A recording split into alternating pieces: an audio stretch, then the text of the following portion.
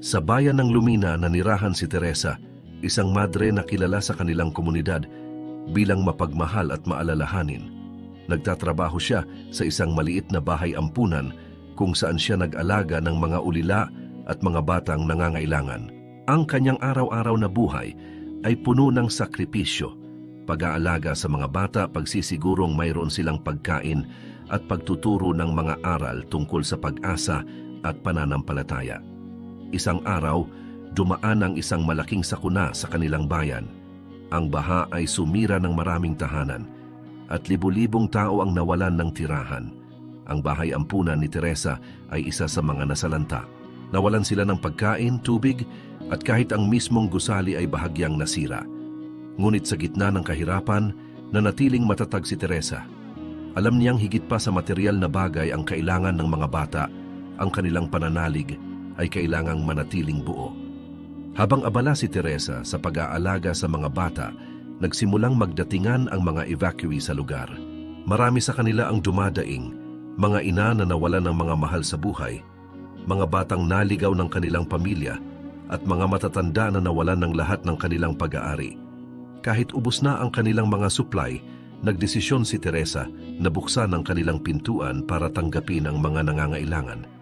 Dito pumasok ang tunay na hamon.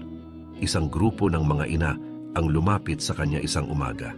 Umiiyak sila, hawak ang kanilang mga anak at nagmamakaawa ng tulong.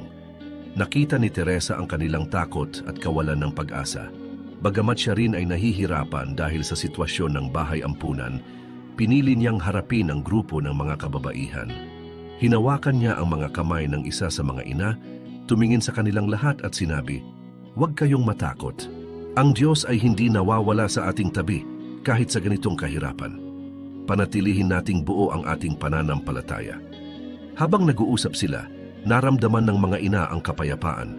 Kahit wala siyang mabigay na material na bagay sa kanila sa mga oras na iyon, ang kanyang mga salita ay tila isang sinag ng liwanag sa madilim nilang sitwasyon. Ang mga kababaihan ay nagsimulang magbahagi ng kanilang mga kwento at sa bawat pagluha, natutunan nilang tanggapin ang kanilang mga nararamdaman. Sa kabila ng kanyang sariling paghihirap, si Teresa ay nanatiling simbolo ng pag-asa para sa kanila.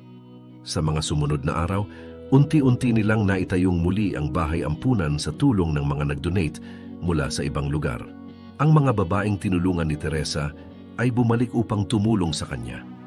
Kasama ang kanilang mga anak, nagtulungan silang maglinis, mag-ayos, at muling magbigay ng buhay sa bahay ampunan.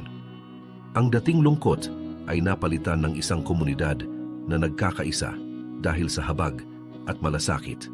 Ang aal sa kwento ay ang malasakit at habag ay may kakayahang magbigay ng pag-asa sa mga nawalan ng tiwala sa kinabukasan. Sa kabila ng sariling paghihirap, ang paglalaan ng oras at lakas upang tumulong sa iba ay nagbibigay lakas, hindi lamang sa tumatanggap, kundi pati na rin sa nagbibigay. Konklusyon ng kwento ay ang ika-8 istasyon ng krus, kung saan nakipag-usap si Jesus sa mga babae ng Jerusalem, ay isang makapangyarihang paalala na kahit sa gitna ng ating sariling paghihirap, maaari pa rin tayong magbigay ng inspirasyon at lakas sa iba. Ang kwento ni Teresa ay nagpapakita na kahit sa pinakamadilim na bahagi ng buhay, ang habag at pagmamahal ay nagiging ilaw na gumagabay sa atin upang bumangon at magpatuloy.